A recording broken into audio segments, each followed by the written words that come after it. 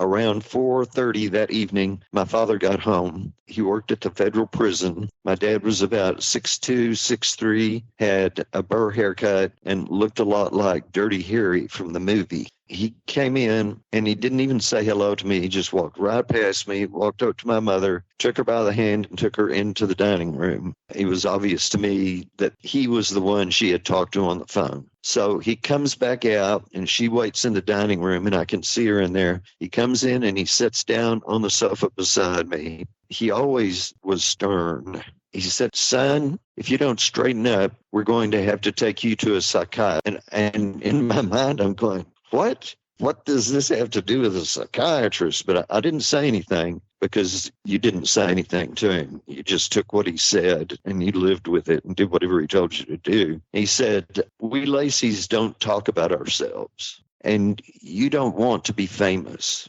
Now, I don't know why he was saying that. I didn't know why he was saying any of these things, but I was listening. And he said, in the late 1800s, a relative of yours was put into an insane asylum because she claimed that little men came into her room and talked to her at night. Now, at this point, I wasn't even thinking about 1956. I wasn't thinking about those little guys that were in my room, and they really didn't talk to me. Every once in a while, I would think about that episode just so I wouldn't forget it. But it dawned on me later that he remembered all of that, even though he wasn't really involved. Obviously, my mother had told him about it. He said, "Now, she died in that insane asylum, and you don't want that to happen to you." Well, I still couldn't figure out where any of this was coming from. And I've realized, like, if I had told people I was an alien abductee then, he could have lost his job. Society just wasn't geared to hear anything like that at that particular point in time. So that told me, and I realized this later, that we had abductees in our ancestors.